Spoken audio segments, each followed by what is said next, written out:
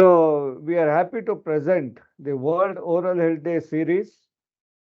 So Group Pharmaceuticals is definitely committed to the mission statement, healthy smiles matter. So the three parts in which I'm going to talk in my onboarding talk. First will be the inspiration. The second will be the smile research part 2 and the dental aerotry fun quiz. So let us see the first inspiration part. Here we see a eagle. Now, if you are looking at the flight of the eagle when it is on a hunt, you'll be surprised that this eagle from somewhere around 1 mile above the water is able to see the fish which is flying below and is able to go swoop down and catch that fish. So you can imagine the kind of focus and the ability of that eagle to overcome the objections that it is having. The objection because of the parallax error, the objection because of the distance. So, this is how in life we too have to overcome various types of objections and we have to attain the goal that we are targeting. So, Group Pharma is also dedicated and is always constantly endeavoring, helping overcome the objections and providing the very best of oral care and healthcare products. And there are 10 first in time in India products, which include the acclaimed Shy-NM, Shy-XT, etc., which are all through collaborative efforts, such as with Imperial College London. There is also a new product called the Ora Life, a botanical oral rinse, which is well on its way. This too is with the cooperation of Columbia University in the city of New York. We have running relationships with various pharmacy and dental colleges, including JSSA, HER, K.L.E, and Manipal, where we are trying to endeavor for evidence-based experimentation for marketing and also new product development and product improvements. Committed to continuous improvement, we now are always looking for various ways of improving our product suite. We have upgraded Cheyenne and made this free from SLS and parabens. So all the products that are well patronized by the dental community, and it's all the products of the dental community, I can say, is because of the various collaborations we are having with the dental community. So they are positioned pre, during the chair site and post dental chair site. And yes, Pedifloor 2 is on its very high growth path thanks to the different flavors that are available. Densive is protecting the dentures through clean and aseptic dentures and providing visible results. So we are indeed very happy to announce that our world-class manufacturing units have got the various protocols, documentation and procedures which are complying with WHO GMP Schedule M Part 2 and the ISO series. So obviously this makes the company's products well accepted. Let's see the smile research part 2 now. We have seen yesterday that the smile is a facial expression that may represent either pleasure, amusement, derision, or scorn. So basically, it is the corners of the mouth which are turned up in either pleasure or amusement. So this is the gentleman K.L.E Duchenne who defined what actually is a authentic smile, that is a Duchenne smile. So this French anatomist, he was quite cruel, we can say. He used a particular technique in which he studied the emotional expressions by stimulating the various facial muscles with electric currents. The technique hurt so much that some of his experiments were performed only on the executed criminals' heads. So you can imagine what sort of work has gone into try and understand the underlying anatomy and physiology of smiling. So the ability to express through smiling is an important facial cue, and it is a very big part of interpersonal interactions. So much so that they have seen the inability to effectively smile increases one's risk for depression. So obviously we have to highlight that smile And smile is all thanks to the dentists. They have also seen that when you smile, it's like a feel good party to the brain. And the neural messaging which happens is good for health as well as happiness. There is an activation of neuropeptides such as endorphins, enkephalins, serotonin, and also oxytocin, and you have got the dopamine. And that only because of the smile. And this smile is also helping lower the heart rate and blood pressure. So all smiles we can see. We like to see children smile a lot, isn't it? Well, they have done one study and they have seen that on an average, children smile 400 times a day. Happy people, probably like Dr. Prashant sir, he and Dr. Srivastav, etc., they smile 400 times a day, or rather 40 to 50 times a day. But the average people like me probably smile only 20 times a day. Well, the baseball card study has shown that when the smile is correlated to lifespan, they have seen the people, the baseball stars who smiled the most, they were living 7 years longer than those who didn't smile well. So, smile is having such a high impact that it always helps not only in social skills but also in improvement of the lifespan. Face Research Laboratory at Scotland, University of Aberdeen, they asked, how do you find a person attractive? They found that both men and women were more attracted to images of people who made eye contact and smiled than those who did not smile. So, smiling is very important. A Swedish study suggested that when you see a picture, let us say, of a frown, the researchers said the subject should do the opposite. So, when you see the frown, you should smile. When you see the smile, you should frown. But people found it very difficult to stop the smile when they were seeing the smiling picture. It took conscious effort to turn that smile upside down into a frown. So, what it indicates, smile is actually contagious. People like to smile, and they have understood that smile is a two-way street. If your brain understands that you are smiling, then inside there are positive changes happening. And when you are looking dull, there that means there are no positive things happening inside this being. So obviously we should look at the focus on Duchenne smile, which we saw yesterday. Duchenne smile is an authentic smile, and that is one of the reasons why Obama was successful. This is the Pan Am social smile. We all get attracted towards it, but be careful, this is not the original smile. She is just a decoy. It's just a smile which is a social smile. So here is Julia Roberts flashing both the social smile as well as the original Duchenne smile.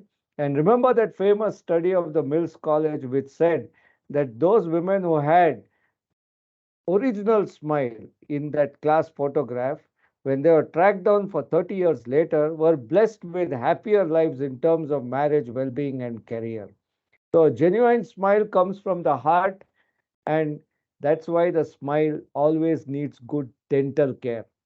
So you look better when you smile. Smiling wonders, all thanks to dentists. So let us see some interesting fun facts. There is the fun quiz. This will be the format of fastest finger first. Anybody and everybody can participate. Please listen to the question and immediately type the answer to it. The person who types first will get the answer correct. Yesterday we saw there was one hat trick winner also. Let us see what happens today. The first question, Omnident quiz. Name the most important bacterial oral pathogen that produces EPS. To the dentists, I need not elaborate what is EPS. I will just say E extra. That's it. I will not complete it. So there is one bacterial pathogen that is responsible for producing the highest amount of EPS or implicated in that. Only then anybody else has given, one person has given streptococcus. Dr. Rekha Shetty has given the answer as Streptococcus mutans. Okay, Dr. Rekha Shetty we will give. Dr. Sami has also given the answer, but it was Streptococcus. We were looking in particular for the complete answer, which is Streptococcus mutans. So we will give the prize again to Dr. Rekha Shetty, madam. Thank you very much and congratulations for answering the first question right. So Dr. Rekha Shetty from Mumbai, like Dr. Prashant sir was observing, is very, very active. Thank you for coming in again. So let's go to the next question. This is the answer. The extracellular polymeric substances are basically produced by Streptococcus mutans, the main oral pathogen in the mouth. Name an alkaloid that is abused commonly. It is a habit abused commonly which precipitates or accelerates the oral biofilm formation. Name an alkaloid that is abused quite commonly in society, and it helps in the formation of the oral biofilm, accelerates it. So what is that alkaloid? Can you guess it? If I say the answer, you will immediately say, oh, is it? But I'm sure many of the dentists will be knowing about it. Please answer the name of that alkaloid, which is a common bad habit and it encourages the formation of the oral biofilm. Can you please guess that chemical? Any answers? Not yet. Everybody is thinking. Please don't Google it. What does Vineet says? Nicotine. Okay, so Vineet has got it correct. It is nicotine. Nicotine in cigarette as well as it is in pan parag and it is also chewed.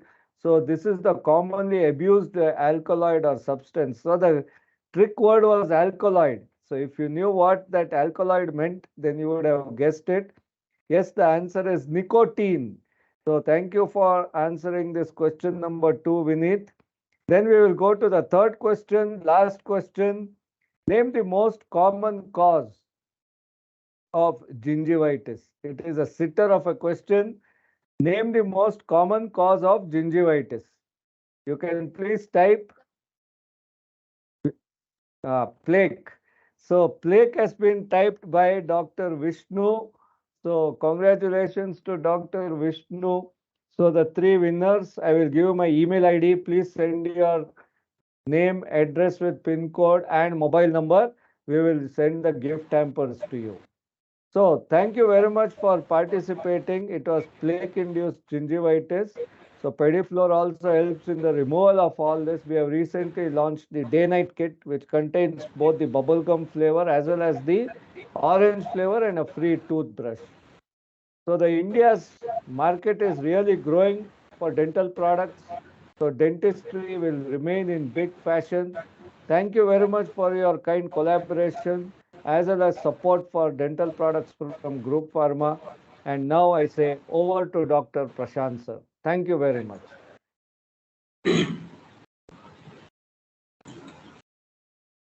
Thank you, Mr. Sunil sir. Definitely, your quiz has made us stand on our toes. And your presentation not only highlighted on the importance of smile, but it showed the importance of dentists also how to create a smile. So though we smile, but you such a persons are needed for us, sir, to make the word smile. Thank you for the compliment. We are always with you, sir.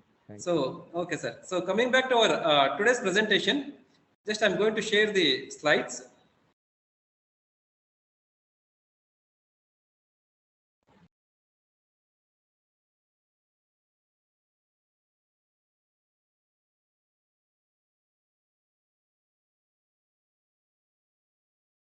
So on behalf of IDEA Bengaluru branch and K.L.E Society Institute of Dental Sciences, I welcome all the audience and our today's speaker, Dr. Ravi, who is sitting next to me for the today's webinar series.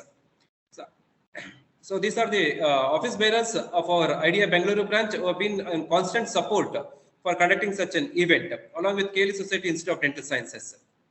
So these are some of the gist of the programs which we conducted on behalf of the World Oral Health Day. So this was an initiative from the Ministry of Health and also IDEA Head Office. So we drafted a webinar which contained 5 webinar series. So today, to tell we are with the last series of our webinar. That is the 5th webinar on the topic malocclusion and preventive orthodontics, a pediatric perspective. Specifically, we thought of choosing the periodontist for this because what happens in our practice, the caries or the malocclusion starts at the young age, but which is neglected. Especially with practice, we see in the pediatric patients, parents neglect the oral hygiene of their kids, thinking that the teeth may fall down or caries teeth which may fall down, the milk teeth and permanent teeth will erupt. But most of the times they don't know the after effects of these dental caries or the malocclusion, which may hamper their oral cavity, their social well-being also at the later. So malocclusion is one of the most important things I thought, which also is directly related to incidence of the dental caries. So then I contacted our head of the department, Dr. Madhu, who was very good and kind enough to present to us with a speaker from his own department, Dr. Ravi Kumar S, who is sitting next to me, to present on this topic, malocclusion and preventive orthodontics from pediatric perspective. To introduce Dr. Ravi.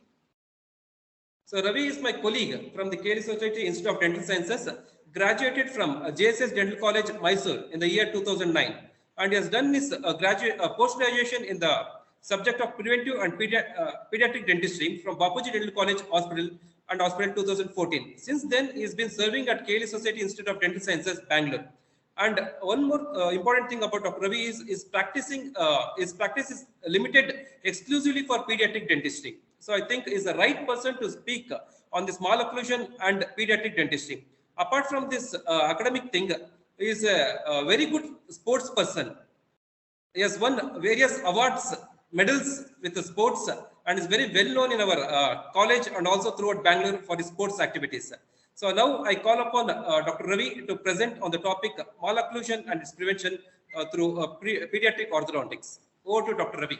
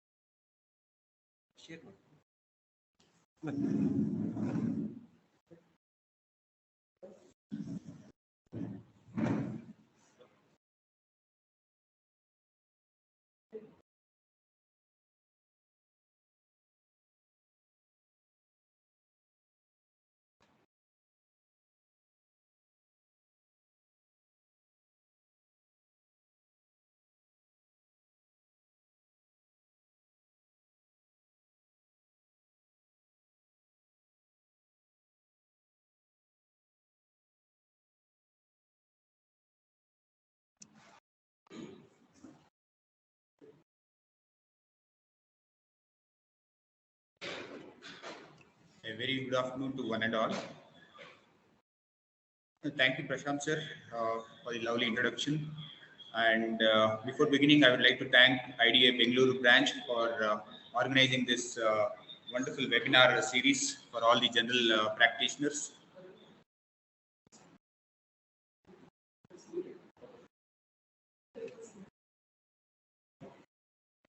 Okay. So the topic given to me is malocclusion and preventive orthodontics, a pediatric perspective for general dentists. So, as a pediatric dentist, day in and day out, we see malocclusion being presented as the chief complaint these days, which was not so before decades. We do a lot of treatments during the early mixed dentition and the late mixed dentition periods. All of our treatment objectives are aimed at achieving a stable, functional and aesthetically acceptable occlusion. And this is an integral component of a comprehensive oral health care we provide to all children.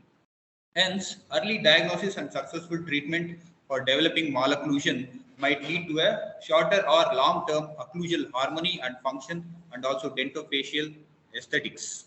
So, it is our duty as dentists to recognize, diagnose and manage or at least refer these abnormalities in the developing dentition to certain specialists. So what is different while treating a pre-adolescent children? Usually orthodontic treatment was not preferred in the older days for pre-adolescent children. That is the during the primary dentition or during the missing dentition period, everything was postponed to the permanent dentition period only. Usually, we do not do any orthodontic treatment in the primary dentition because moving any of the primary incisor or canines might lead to accelerated root resorption and also premature loss of a primary tooth. So any orthodontic force is usually not applied during the initial primary dentition stage.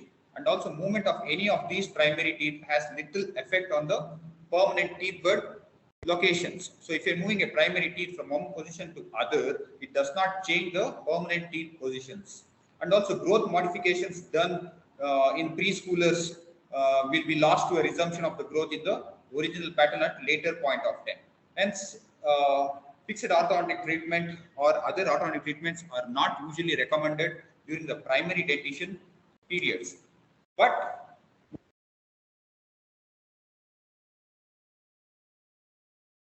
all the treatments done during this period is known as early treatment, and if at all any treatment is done during the primary dentition stage, it's known as very early treatment. So the question arises is early or limited orthodontic treatment needed to that patient? If so, when it should be done? Whether the treatment should be started immediately or it can be postponed until all the primary teeth erupts. That's one of the common doubt that arises in the general practitioner. And most of the general practitioners inform the parents that it can be done at a later point of time during the teenage period and they postpone the treatment. Okay. And finally, one more question arises whether the treatment should be done by the general dentist or should the patient be referred to a specialist. The specialist might be a pediodontist or an orthodontist. So in order to answer these questions, you are supposed to follow some protocols. There's something known as orthodontic triage. Okay, just like the medical triage where you are going to segregate patients based on their treatment needs, you are supposed to segregate your patients from moderate to complex treatment problems. Who should be treated now, who can be treated later, who needs treatment and who do not need a treatment right now. So the step one is always you are supposed to establish a database for every patient you see. Okay, you're supposed to do a thorough diagnostic process and list out the problems the patient has. And the most common problems that might require immediate attention is unusual facial appearance. Okay. The developmental status of the patient lies below 3% or more than 97% of normal growth of an individual, you are supposed to evaluate that patient by a special team of dental specialists. And if there's a true facial asymmetry and if there is excess or deficient growth, if you can just make it out, you are supposed to refer the patient to a specialist so that there is comprehensive orthodontic treatment or any surgery that is required to be carried out. And later, you're supposed to check for the symmetry of the face. Most gross asymmetries need immediate attention by the specialist. So how to do it? You're supposed to analyze the facial profile. Any discrepancy in the anteroposterior or the vertical jaw, like skeletal class 2 or skeletal class 3, requires a intervention by the orthodontist so that later, if at all if there is a fixed ortho treatment, it doesn't need any complex treatment options. And the presence of class 3 maxillary deficiency requires immediate attention. The treatment should be accomplished very early as possible. And also if there is excessive protrusion or retrusion of the incisors, which might require extractions to guide the developing dentition, must also be analyzed by specialist dentists. And if you see your patients having such profiles like extreme concave profile or extreme convex profiles, a maxillary deficiency or maxillary excess with mandibular deficiencies should always be referred to a specialist to evaluate the occlusion and the skeletal discrepancies so that earlier growth modifications can be done to simplify the late orthodontic treatments. And if at all the patient has good facial proportions, but there is some problem in the dentition or the dento-alveolar process, like asymmetric sequence of eruption of the teeth, or there might be a missing permanent tooth bud or ankylosed permanent teeth, or if the permanent teeth has failed to erupt, or presence of single or multiple supernumerary teeth, and also retained, over retained or ankylosed primary teeth, and also ectopic eruption or transposition of the permanent teeth also require attention by the dentist. These are not things that should be postponed for treatments at later point of time. This should be prevented and also intercepted during the early mixed dentition or late mixed dentition, that is the age group between 6 to 12 years of age. Intercepting or preventing future development of orthodontic problems will require less time, and also the complexity of the treatment will be reduced during the teenage. And one of the most common problems we face is premature loss of a primary tooth. You might be extracting primary teeth which are hopeless, which can't be treated by restorations or root canal treatments. You might extract and just leave the space like that. If the space is just left out, there might be a complication because of space closure. Any space closure during this mixed dentition period might cause space deficiency at a later point of time, which requires multiple extractions. So whenever you do a extraction, you are supposed to maintain the space for the upcoming permanent tooth, and also by this you maintain the required mesiodistal width and prevent closure of the space by either mesial migration of the posterior teeth or distal migration of the anterior teeth. So this will eventually lead to maintenance of the arch length. Any loss of arch length during the mixed dentition period might require complex treatment options during the teenage period to gain space. That is mainly by distalizing the molar. Distalizing the molars and gaining space is a very tough task to do during the teenage period. So space maintenance or space regaining can be done very easily during the early or the mixed dentition periods. And if there are space deficiencies of more than 5 to 6 mm, it requires expansion of the arches or extraction of certain primary or the permanent teeth. Hence, if you are extracting the teeth, before extraction itself, the space analysis should be done and the patient should be analyzed by a specialist, whether to maintain the space or to regain the space or to do any other procedure to prevent loss of space or arch length or arch perimeter at that age period itself.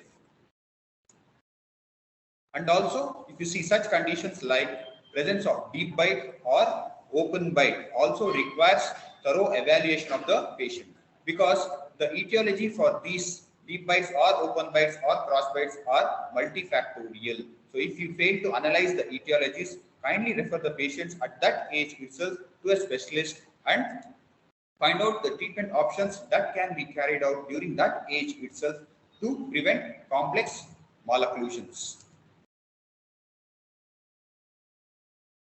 So a thorough clinical examination is always required. Always you should not focus on the chief complaint of the patient, because most of the developing malocclusions are not presented by the parent or the guardians. It is your thorough clinical examination that might diagnose these conditions, and then you can explain these conditions to the parents and initiate treatments to prevent complex orthodontic malocclusions. First and foremost, you are supposed to analyze the facial profile for adverse transverse growth patterns or vertical growth patterns and sagittal growth patterns, and if there is any dental occlusion disharmonies.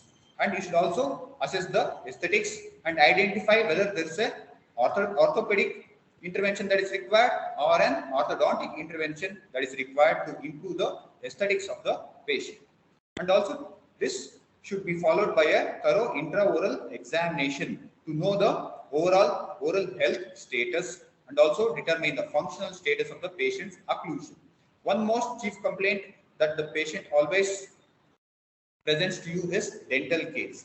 Dental caries most of the times leads to loss of arch length, especially the proximal caries between the primary molars will lead to migration of the permanent molar mesially. This reduces the arch length. Reduction in the arch length at a early mixed dentition period itself might lead to crowding of the anteriors and also the premolars at a later point of time. So if the patient is presented to you with lot of caries in the oral cavity, you are supposed to restore them and maintain the mesiodistal width. And also presence of any grossly decayed teeth will lead to supra eruption of the opposing teeth changing the molar relation of either arches, and also it might lead to migration of the adjacent teeth. So overall health status should be assessed and all the carious lesions should also be restored. Even restoring a carious lesion prevents certain malocclusions from developing at the initial stages. And also do a functional analysis to determine the functional factors associated with the malocclusions, and most of the patient will have a deleterious habits that has been present from past few years. Only if you examine well and talk to the patient, it will be revealed.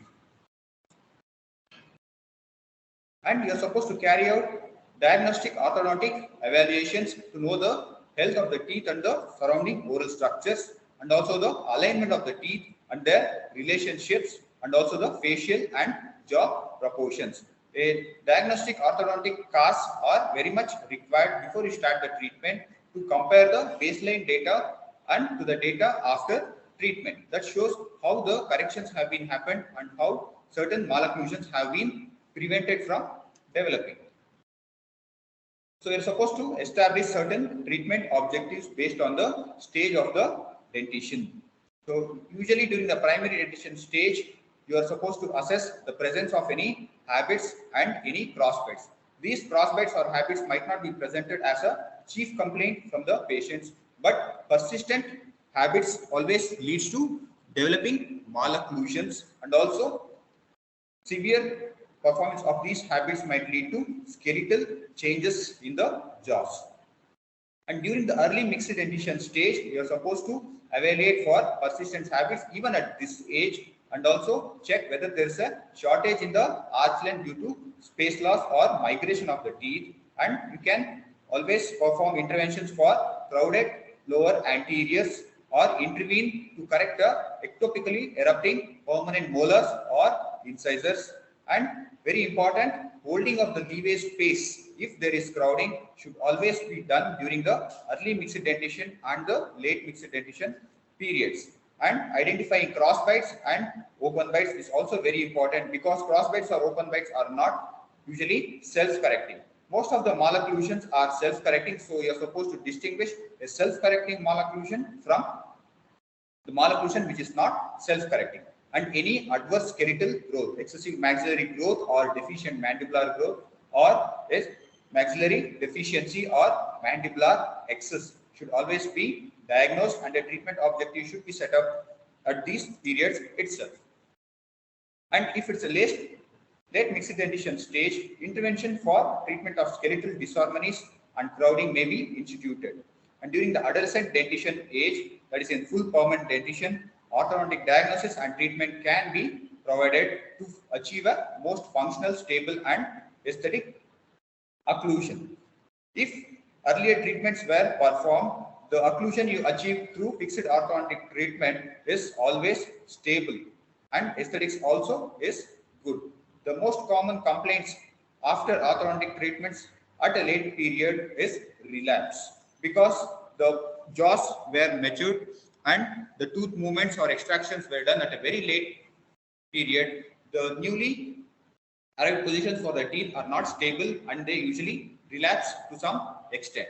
So early interventions during the mixed dentition, that's early mixed dentition or late mixed dentition, provides a stable occlusion after fixed orthodontic treatment. So I'll be speaking about certain general considerations and principles of management for most common conditions we see during the early and the late mixed dentition. The first and foremost is presence of oral habits. The most common oral habits that's been presented to us is digit sucking or thumb sucking. This is also known as non-nutritive sucking because of the non-nutrition that has been provided by this habit. This thumb sucking is usually considered normal until 36 months of age. But this non-nutritive sucking should be stopped at a very early age, if at all, if you come across it. This should be done by doing an anticipatory guidance to the parents. You are supposed to explain the adverse effects of persistence of this thumb sucking habit or digit sucking habit beyond 36 months of age. If the patient is performing normally in the infancy period, there is no certain adverse effects seen on the maxilla or the mandible. But if this habit becomes deep rooted, okay, the patient might not be able to stop this habit even after 3 to 4 years of age. So once the intensity of the habits increases, there might be a change in the skeletal relation of the jaws. There might be a dentoalveolar changes, especially presence of open bite or increased overjet, and also presence of unilateral or bilateral crossbite depending on the severity and the duration of the habit. The intensity with which these habits are performed usually describes the appearances seen as effects. So these skeletal effects are not self-correcting beyond 4 years of age. That's why we insist that by at least 4 years of age, these habits should be stopped. So a thorough anticipatory guidance to the parent should be done at the initial stages, that is between 2 to 3 years of age itself, and all options available should be tried to make the infant stop this habit as early as possible. So this prevention can be done by use of reminder therapy, which is very simple, by use of thumb puppets or thumb guard or elbow guards, which reminds the child of the habit. And also a positive attitude instillance by the dentist will always make the child remember the effects of these, and over a period of time the child might decrease the intensity and the duration of the habits, and within a year the child might entirely stop this habit. Stoppage of a habit never happens overnight or within a month. It takes a period. So you're supposed to follow up the patient for a long period and instill positive attitude and reinforce the instructions given both to the parent and also to the child. And there are certain appliances which are available to stop performing the habit, like a tongue clip or a palatal clip or a blue glass appliance. So this can be given in preschoolers, which are fixed appliances which do not require patient compliance for the patient to wear it. These are very effective appliances. It should be worn for at least 6 to 8 months by the patient to entirely stop the habit. And also you can see certain other habits like tongue thrusting and mouth breathing habits. So if you are doing a thorough clinical examination, you can identify these habits, because these habits are not being presented as a chief complaint by the parent. So identification of habits leads to a good diagnosis, and early prevention options can be provided to the parent and the child. And stoppage of these habits as early as possible will bring down the effects of these habits on the maxilla and the mandible, and at the early mixed dentition and the late mixed dentition, the occlusion might revert back to normalcy. So when you are seeing a habit in a child, always evaluate the frequency, how frequently the child is performing the habit, how long has he been doing it per day, and also since inception, and what is the intensity of this habit. Intensity and duration are most important for any habit to change the skeletal relation of the patient. And intervention should always be done to terminate the habit if there are indications. And always inform the parents, always do a psychological counseling to the patient and also to the parent, and always address the consequences of this habit that can have on the child, and always provide tools to help them in elimination of the habit. The other most common condition we see that might lead to a malocclusion in the late mixed dentition or permanent dentition is presence of supernumerary teeth. Most of the children presenting supernumerary teeth in the primary dentition, the dentist just leave it, telling it might exfoliate on its own. So you are supposed to evaluate radiographically also. You might have to see how many supernumerary teeth are present. Okay, most of the supernumerary teeth are not erupted at all. They might be present in the alveolus itself. So a radiograph is a must.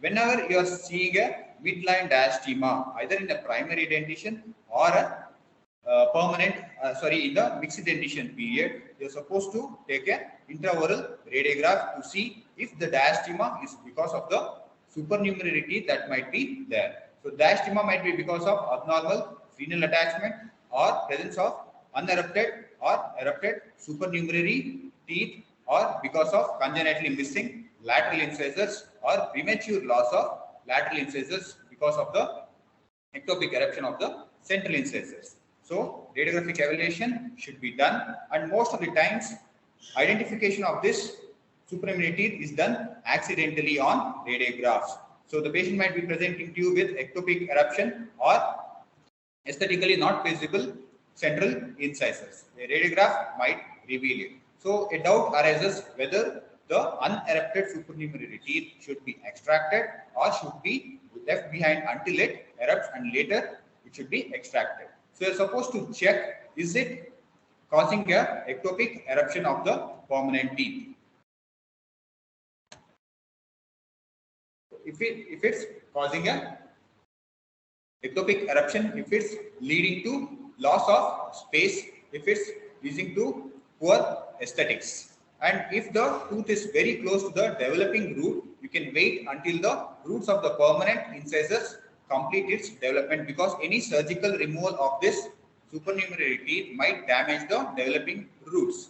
So once the root is complete, you might go ahead with extraction of the unerupted supernumerary teeth. And if the unerupted supernumerary teeth is well away from the developing root, you can straight away do a open extraction to remove this supernumerary teeth. So removal of this supernumerary teeth might lead to closure of the diastema because of the erupting forces of the lateral incisors and the canines. If not, you are supposed to do a orthodontic correction and alignment of this central incisors, because major discrepancies are not self-correcting. And other causes are congenitally missing teeth. The most common congenitally missing teeth is mandibular second premolar, or the maxillary lateral incisor, or mandibular lateral incisors. Very rarely we see congenitally missing teeth in primary dentition. Most common it's in the permanent dentition. So you are supposed to suspect a congenitally missing teeth especially in patients having cleft lip or palate, or patients suffering from certain syndromes, or patients having familial pattern of missing teeth, and also asymmetric eruption sequence. Asymmetric eruption sequence happens because of the congenitally missing teeth. The eruption sequences change. The primary tooth will be retained, and also over retained primary teeth. The teeth might over retain because there is no eruptive force that's resolving the root of this primary teeth, especially in the mandibular second premolars. And also absence of these permanent teeth might lead to ankylosis of a primary mandibular second molar.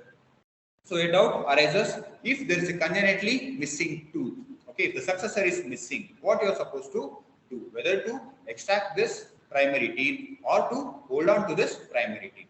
So basically you are supposed to consult a specialist and decide whether the teeth can be maintained for a bridge placement at a future point of time. You can extract the primary teeth at a later point of time, and you can go ahead with placing a bridge or a implant, or extract the primary teeth and allow for natural space closure during the developing dentition period itself. Later on, aesthetically, you can correct the teeth. And if there is a missing mandibular premolar, so again it might lead to a submerged tooth. All the dentition continues to develop, whereas this primary molar might appear submerged below the level of occlusion. Again, you are supposed to decide whether to retain this primary teeth or you are going to extract it. So two choices are available. Either you can extract this primary molar and allow for migration of the permanent molar, or you can hold on to this primary molar until the permanent dentition, and later on you can do a implant for the missing premolar.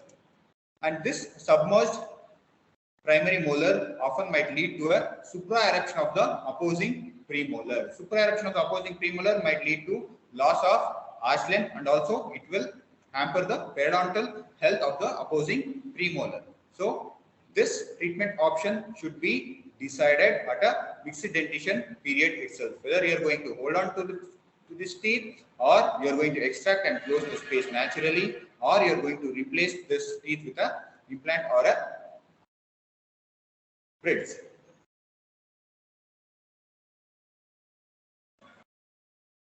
And the other most common finding these days is tooth size arch length discrepancy, leading to crowding of the teeth as early as in the early mixed dentition periods itself.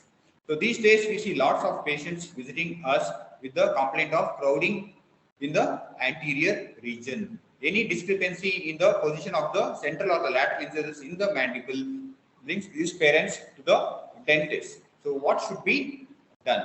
So you are supposed to analyze the space that is being available for the alignment of the permanent teeth. So based on the space, there are available treatment options.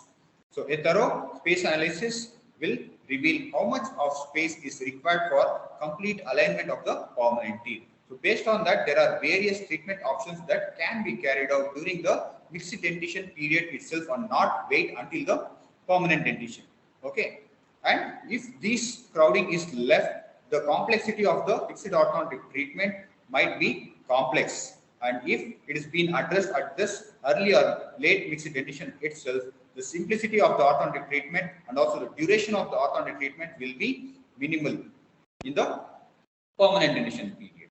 And if the space required is just 2 mm or less, no treatment is usually required because the required space is given by the intercanine width and the intermolar width increase over a period of time. And if the required space is just 3 to 4 mm, you can go ahead with disking of the proximal disking or stripping of the primary dentition or the permanent dentition too. And if there is any requirement of space around 5 to 9 mm, it might require extraction of primary canines or the serial extraction procedure at this late mixed dentition period itself. And if the space required is more than 10 mm, then fixed appliance therapy and also orthodontic management should be started to reduce the severity of the malocclusion. So it's not fine to postpone this problem to a later point of time. It should be referred to a consultant specialist and get evaluated for the space that is being required, and the treatment can be initiated early.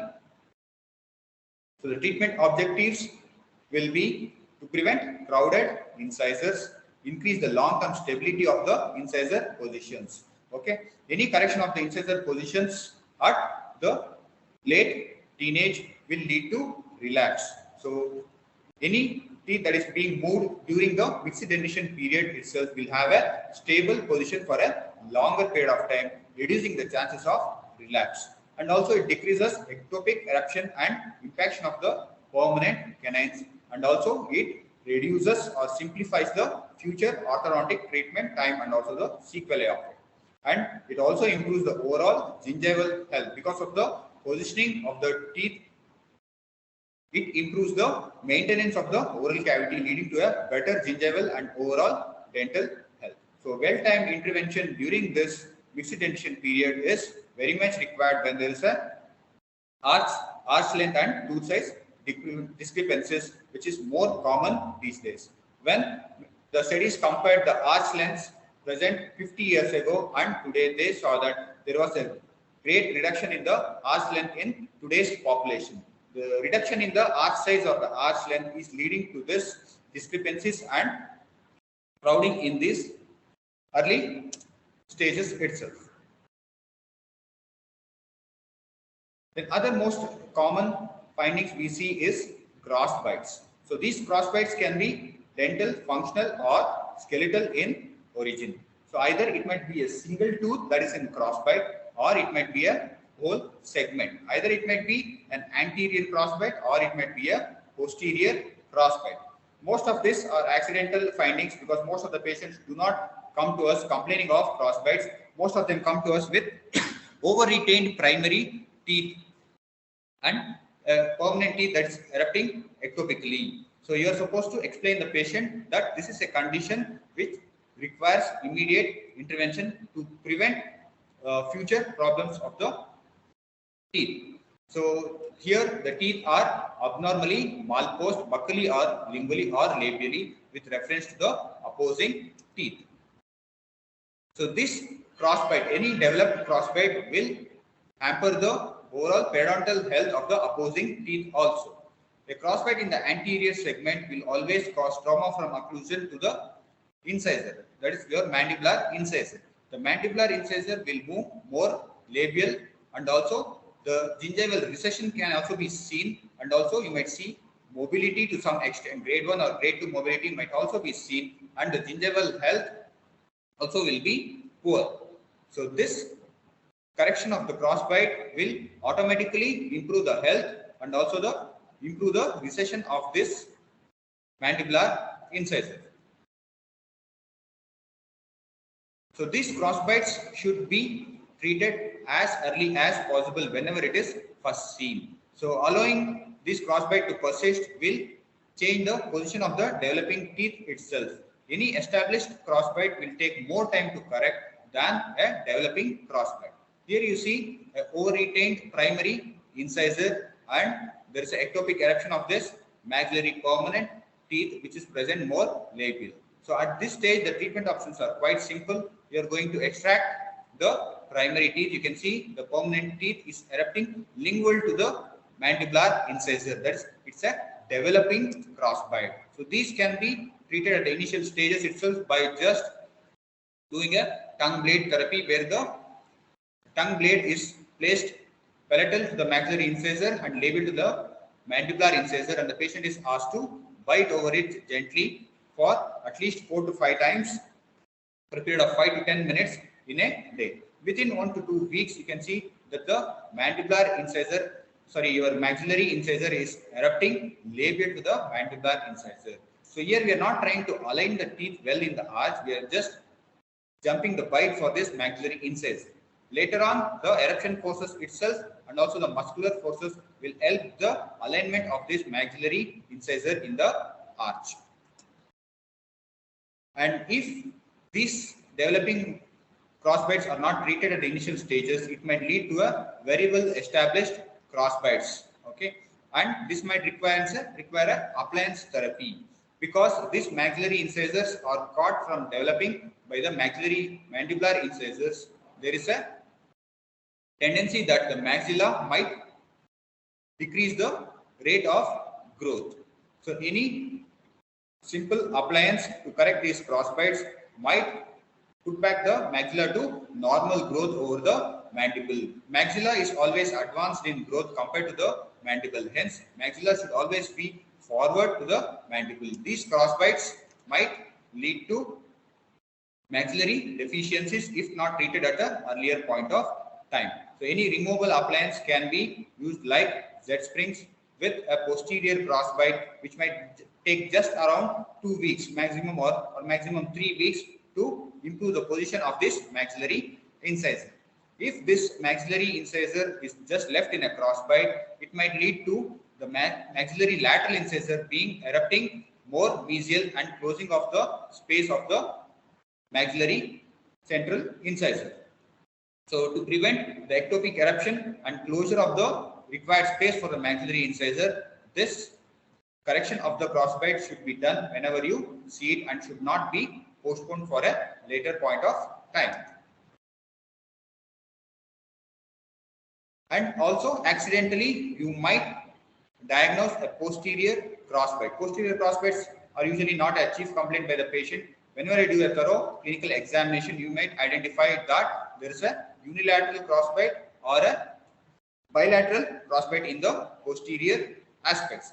If these crossbites are not treated, they are not self-correcting, and it might lead to persistence of the crossbite in the permanent dentition too. So this persistence of the posterior crossbite might lead to a functional shift in the mandible. Always the mandible tends to achieve a centric occlusion. So we are supposed to correct this posterior crossbite either unilateral or bilateral to prevent any midline shift or functional shift of the mandible and improve the occlusion bilaterally.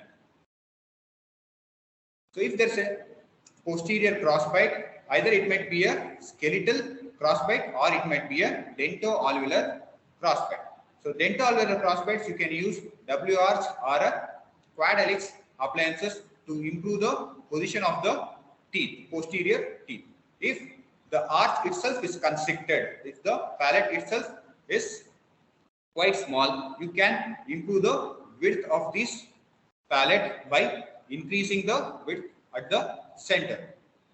So you can use has expander or a Hyrax appliance to increase the width of this palate at the suture itself. So increased width of the palate gives a increased arch circumference, leading to increased arch perimeter and good space for the posterior teeth to accommodate in the arch, and also it leads to a stable occlusion through a centric relation.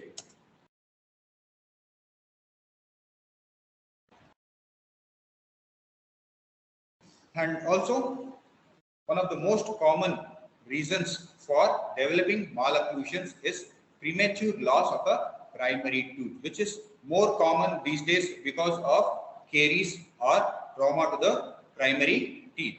Teeth loss due to caries is quite common, and space loss happens because most of the practitioners do not follow it up by space maintenance program. Space maintenance is very much important because it's a developing dentition. There are forces that are acting on the primary teeth and also on the permanent teeth, and you might see a mesial movement of the posterior teeth and also distal movement of this anterior teeth, thereby reducing the space required for a permanent tooth bud to erupt in its place at a later point of time. So whenever you are planning to extract a primary tooth, always you are supposed to check for certain factors like how much of time is required for the permanent tooth to erupt into its space, what is the developmental status of the dentition, and if the tooth bud is present, if it's developing or it is congenitally missing, and how much of tooth has developed inside the alveolar bone. So after assessing this, you are supposed to come to a conclusion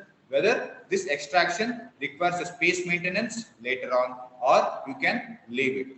So if the permanent tooth bud requires another 1 year or more for it to erupt into its space, you are supposed to place a space maintainer immediately after extraction, because usually in the first 3 months after extraction there is high chances of space closure by at least 30 to 40%. At least 3 to 4 mm of tooth migration can be seen in the first 3 months itself. So within 1 week after extraction or during the appointment of extraction itself, it is very valid for us to maintain a space maintainer. So do not just extract and leave it around. And this space closure is of a greater magnitude if the extraction or loss of the primary tooth happens before the eruption of this permanent molar. The permanent molars always exert a mesial force on the adjacent teeth, that is your primary second molar, and which in turn exerts force on this primary first molar. Any absence of this first primary molar or the second primary molar leads to a mesial migration of this permanent molar, leading to a loss of the arch length. So any loss of arch length at this age, that is around 6 to 7 years, it's very difficult to regain during the teenage period. So this migration of the permanent molar and also distal migration of the canines or the lateral incisors should be avoided before extraction itself. So here you can see the space that is being closed completely for the premolar. So here if you are supposed to regain space, you are supposed to distalize the second permanent molar, then the first permanent molar, and mesialize the premolar and the canine, which is a very difficult task. Or you might have to go for extraction of this premolar also. And because of this mesial migration, there might be a change in the occlusion. A class 1 might have gone in for a class 3 molar relation. So in order to avoid this, always you are supposed to plan for a space maintenance program. If it's not possible by you, you are supposed to refer to a pediatric dentist who will be good enough to suggest the patient to go for a space maintenance program. And in the treatment consideration, we have certain factors like which is the tooth that is lost and how much time has elapsed since the patient has lost the tooth, and the dental developmental age of the patient, and also presence and also the root developmental stage of the permanent successor of the primary tooth, and how much of alveolar bone is covering the permanent successor, and is the patient cooperative enough, is the patient compliant enough for the program, and also the oral hygiene. So it is very important to place a space maintainer at the appointment of extraction itself. To place a space maintainer at the appointment of extraction, this should be planned prior to extraction. So here you can see a erupting permanent molar. So any erupting permanent molar will always have a tendency to migrate mesially, tip mesially. Any tipping that happens might change the occlusion and also might change the required space for the premolar. So over a period of years, it might lead to arch collapse in the anterior region and also change in the occlusal relations. So there are various appliances depending on the stage of the dentition and also the number of teeth that is being extracted and also the arch. You have non-spectral arch, lingual arch, band and loops, long band and loops, and other modification of these appliances. So there are two options, either to provide a fixed space maintainer or a removable space maintainer. Considering the age of the patients, it's always apt to go for a fixed space maintainer because they come with little complications. And moreover, placing a space maintainer requires a very good compliance from the patients. And if you are giving a removable space maintainer, the patient might not wear it, which might lead to space loss and ill-fitting appliances. So always 99% of the times we choose fixed space maintenance over removable space maintenance. Maintaining of the arch length is more important than replacing the function to us. And these space maintenance should be evaluated on periodic follow-ups. So the patient has to report back that after the permanent teeth see the band and space maintenance, the patient has come back after few years, wherein you can see the erupting permanent teeth. So this job by the space maintainer is done, and you can happily remove this space maintenance. And also periodic follow-up is very, very important because of the changing dimensions of the arch and also the chronology of the eruption. So in this case, you might see a permanent canine erupting before the premolar, which is normal in chronology. So this appliance should be changed to a lingual arch space maintainer, and this should be removed immediately because of the trouble it's been giving. The stability which was provided by the primary canine is lost, and this anterior segment of the space maintainer is hampering the normal eruption of these permanent canine. So periodic follow-up should always be insisted, and after placing a space maintainer, you should not forget the patient.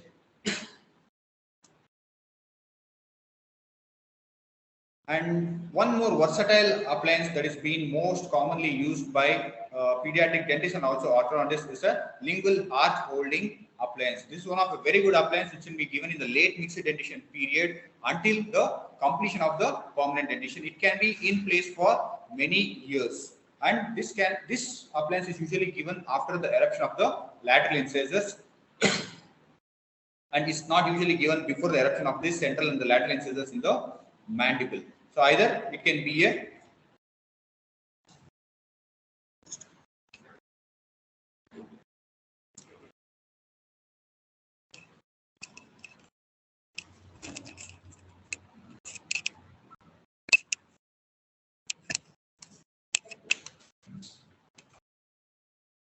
So this lingual arch appliance either can be a passive appliance or an active appliance. To make it active, you can incorporate a U-loop into it, you can modify it, or to make it passive, just a lingual archware can be given. This archware usually is placed on the mandibular anteriors without contacting any of the primary tooth. That's the reason this appliance can be continued until the permanent dentition. This appliance is very versatile because it maintains the arch length. It preserves the E space or the leeway space. It allows for labializing of the central and the lateral incisors and also the canines, and also it helps the canines and also the premolars to utilize the available leeway space and aligning themselves. So as soon as the lateral incisors are erupted and you have a crowded incisor, and if you want to preserve the leeway space, always go ahead for this lingual arch space maintainer. And this can also be given with a lip bumper. Lip bumper prevents the muscular forces on the lower anteriors. So also it helps in distalizing the permanent molar. So by distalizing this permanent molar, it increases the leeway space that's available, and also by avoiding the mentalis force or the lip force on the mandibular anteriors, it helps in labializing these incisors and increasing the arch circumference or the arch perimeter. So it increases the space for the permanent canine and also the premolars. So this lip bumper is also a very good appliance in maintaining or increasing the arch length. So this lip bumper can be given when you see a premature loss of the primary canine. Whenever there is severe crowding, the erupting lateral incisors resorbs the roots of the primary canine and you see a premature exfoliation of this primary canine. So this primary canine loss will lead to shift in the midline if it's unilateral, and if it's bilateral, it leads to arch collapse, because most of the times incisors align themselves by labializing themselves. They move more labial, they incline, they increase their inclination when compared to the primary teeth. And if the primary canines are absent, instead of labializing, they distalize. By distalizing, they occupy the space of the permanent canine. So when using a lip bumper, it will usually increase the arch length. It increases this leeway space by distalizing the molar, and also it prevents the distalizing or lingualizing or prevents arch collapse of these mandibular incisors. So it's always a choice, but the choice should be done with thorough clinical examination and also requirements, and also evaluating a thorough oral hygiene of the patient. So to conclude, I would like to tell, creating a normal occlusal relationship and a balanced neuromuscular environment at an early age can help the normal growth of the facial skeleton in an otherwise healthy child. And always, early treatment is always advantageous in correcting certain forms of malocclusion, such as crowding, overbite, open bite, and crossbite. These malocclusions, if carried on to a permanent dentition period, are difficult to correct, and also that you might see certain amount of relapse. But if there is a prevention or intervention during the early or the mixed dentition period, the relapse and also the severity of the fixed orthodontic treatment can be brought down to a maximum, and a normal stable occlusion relationship can be established.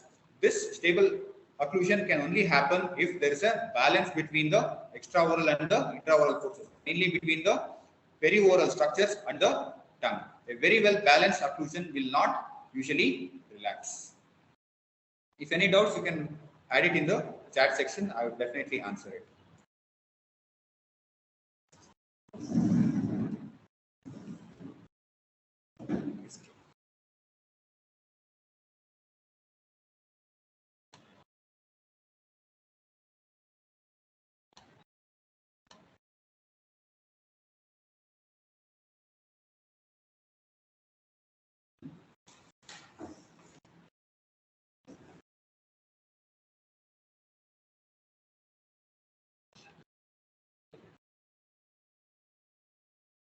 So, thank you, Dr. Ravi, for your enthralling, educative, and enterprising presentation. You're really sportive also during your presentation, not only during your sports activities, but during the presentation also very sportive.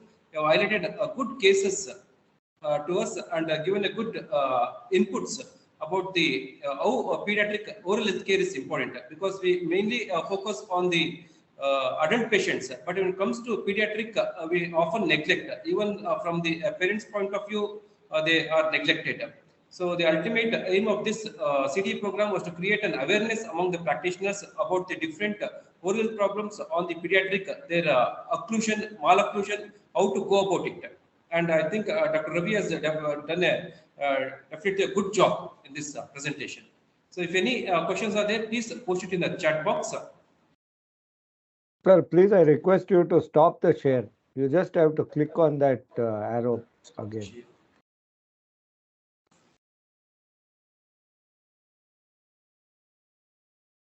Okay. Is it fine, sir? Perfect. Perfect. Okay. So Dr. Rekha Shetty has asked a question. Is deficiency of folic acid and vitamin B12 during pregnancy responsible for malocclusion? Is it genetic also? What's your take on this, Ravi? Yes, sir. Any deficient folic acid or vitamin B12 might lead to birth complications. So any birth complication like premature delivery or anything might hamper the skeletal growth of the patients too. So hampering the skeletal growth during the initial stages itself will always lead to developing malocclusions, and most of the gynecologists these days mandatorily prescribe folic acid supplements and also vitamin and iron supplements. So these days it's quite less because everyone is being supplemented with folic acid mainly, and also iron supplements. And if at all, if the mother is deficient of this, yes, it is going to cause certain skeletal growth discrepancies. One more question from Dr. Rekha Shetty. Most of the times, parents ignore the habits of thumb sucking, nail biting, etc., and they don't go to dentist too. So, what is a simple aid to make the awareness, particularly for the rural population? I think it's really important. We urban people have got a direct access for the dentist, but when it comes to the rural, I think hardly we find any specialist there. So, what is your take on this for the especially the habits in the children, which may affect their oral health? So if you are supposed to prevent something, you're supposed to educate people. So education should happen. If it's for a rural population, I think you have to go door to door, or you're supposed to create certain awareness programs and reach them. And when you have to educate someone, you're supposed to show the consequences of the thing which you're trying to educate. If at all you want to educate about thumb sucking, you're supposed to show the patient what might be the consequence. If at all, if this thumb sucking is not stopped, what might happen? Just like how awareness is created for smoking, everything is depicted on the cigarette packs itself. So if one has to stop, he has to know what might be the effect on him or her. So the same way, you're supposed to have certain photographs of patients who have been pursuing this habit, the skeletal changes, and also the changes in the aesthetics. If at all, if you can show some cases to the parents whose children are performing this habit, they will know what might happen if this habit is persisting for a longer period of time. And I think community outreach programs are required to villages, not only in habits, I think regarding the prevention and the management of dental caries. Because most of the people who visit us, they come at a later stages, at the end stages where extractions or root canal treatments are the only options left. Prevention might not be a choice because most of them do not come at the initial stages. Only if you can educate them to outreach programs, I think they will come to know, and they also can spread the knowledge to other friends of theirs. One more question. What is a simple remedy to reduce crossbite by the small children? Okay, crossbite is not a habit. Crossbite is a malocclusion. So if you want to prevent crossbite, it has to be diagnosed at the earlier stages. In the presentation, I told you what might lead to a crossbite, how to identify a crossbite. Especially, most commonly, you see anterior crossbites. The cause for anterior crossbites is over-retained primary tooth. So if you are suspecting a over-retained primary tooth which is not shed even after 1 year of its normal time, you're supposed to take a IOPR to check where is the permanent tooth bud position. And also the most common cause for ectopic eruption of the permanent teeth would be trauma to the primary teeth. If there's a primary tooth trauma, you're supposed to evaluate the patient at frequent intervals. That is, every year you're supposed to take a radiograph and evaluate, is there any effect to the developing permanent teeth. If at all, if you notice the permanent tooth bud being shifting its position, you can extract the primary tooth and allow the permanent tooth to take its normal course. So early detection and diagnosis is required for preventing the development of a crossbite. So one more question. So many of these clinical techniques, which Dr. Ravi explained. So one of the doctor has expressed a concern. All these clinical procedures may take long sessions, and this is why the parents avoid to take their kids to the pediatric dentist. So what is your take on this, Ravi? No malocclusion can be treated in 1 or 2 visits. Every malocclusion is developing. It takes over a period of time to modify it. Okay, there is no correction of it. There is no one-step remedy to prevent malocclusions. So, if you want to take that patient for treatment, you are supposed to explain the consequences of it, explain the duration of it, and you should explain, if at all, if not treated at this period, what might happen at a later period of time. What is the cost? Okay, what is the stability of the occlusion that is being achieved at a later point of time? How complex is the treatment? If you are explaining the complexity of the fixed orthodontic treatment, also the cost that is involved at a later point of time, and also the simplicity of the program that you are going to make to that patient, I think every patient will agree, because most of the patients come by themselves during the late mixed dentition periods to us. Usually the most common complaint is crowding in the incisors. The patients are very much concerned. Even with a slight rotation of the permanent teeth, the patient wants to get it corrected.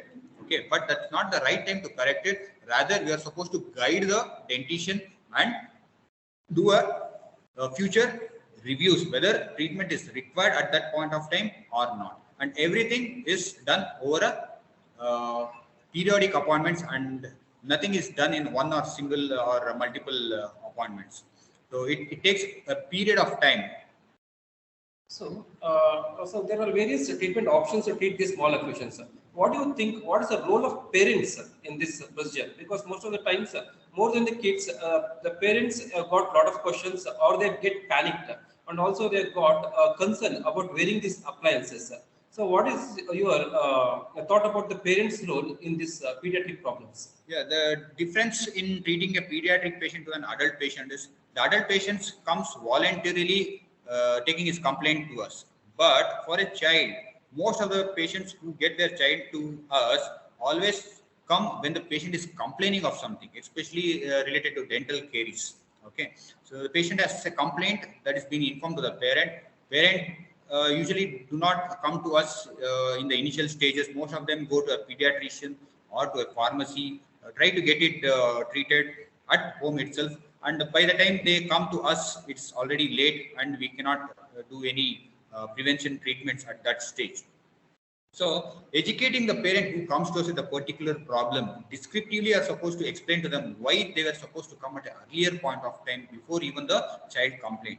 And regarding malocclusions, it's always the parent who thinks whether the aesthetics is good or bad. It's never the child who complains have a bad aesthetics, I should get it treated. The child never knows that it can be treated at that age. So it's the parent who thinks that this should be corrected, and most of the parents think, no, this is okay, we will see at a later point of time.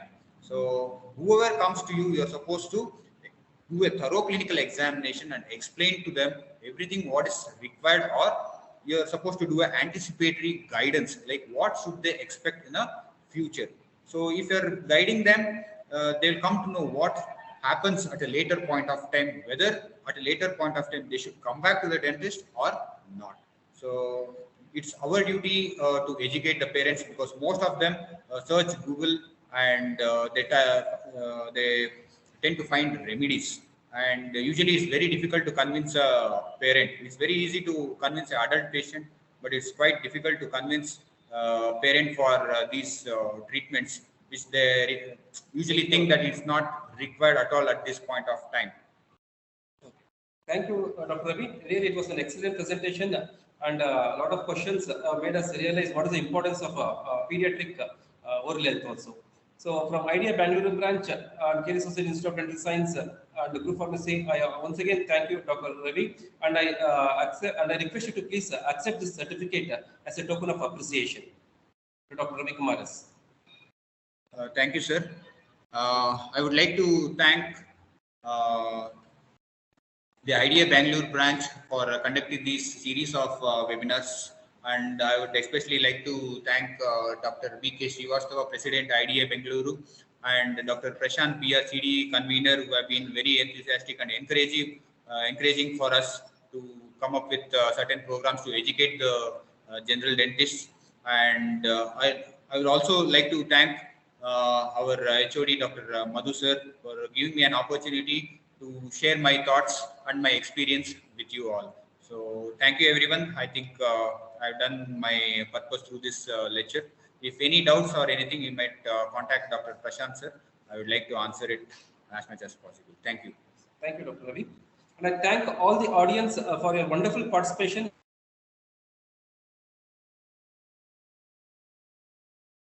So it was a very long journey. Started last week, almost 5 days. You people are there with us, spending your valuable time. It's not only valuable because you have spared your clinical times, your routine day work, and then you have sat with us to hear these webinars. I hope this webinar has added to your clinical knowledge, and definitely we are going to come up with such webinar series with support from Group Pharmacy also. And I thank also Mr. Sunil Chiplinkar sir. I don't know how to thank you. Definitely, you're really very resourceful for us in conducting. Definitely has given a good stage for us to exhibit this webinar. Thank you, sir. Thank you all your team, Mr. Sunil, all your team from Group Pharmacy, really from wholehearted from IDEA Bangalore branch. And if any audience are willing to share your feedback, please you can raise your hand. We can unmute you so that you can share your feedback. So I think all of you have been receiving the e-certificates, and the program of on the certificate of for the today's program also will be mailed promptly from IDA and also from the Group Pharmacy by tomorrow. And I thank once again all the audience and also our especially our K.L.E Society Institute of Dental Sciences for providing an opportunity to host this program. I thank our principal Dr. Srivastava sir and his team also. So thank you, sir. So we'll meet up again. Thank you, sir. Congratulations to all. Thank you. I would like to thank Group Pharma and Mr. Sunil sir for their enthusiasm and creating a platform for us to conduct such programs. I think that you will be providing more platforms and more time for us to collaborate with you and do such programs. It was very nice having you, sir. Thank you, Group Pharma, and thank you. So I also thank the office bearers and EC members of IDA Bangalore branch, our state IDA office bearers, Dr. Ramurthy sir, Dr. Mahesh, Honorary Secretary, and also Dr. Rangnath, Karnataka State Dental Council, who has been elected recently as the President for Karnataka State Dental Council. Thank you, sir, for your support, and it's already awarded us with 5 CDE points. This was immense support for us. So thank you, sir, and we'll meet up again. Thank you, one and all. Bye.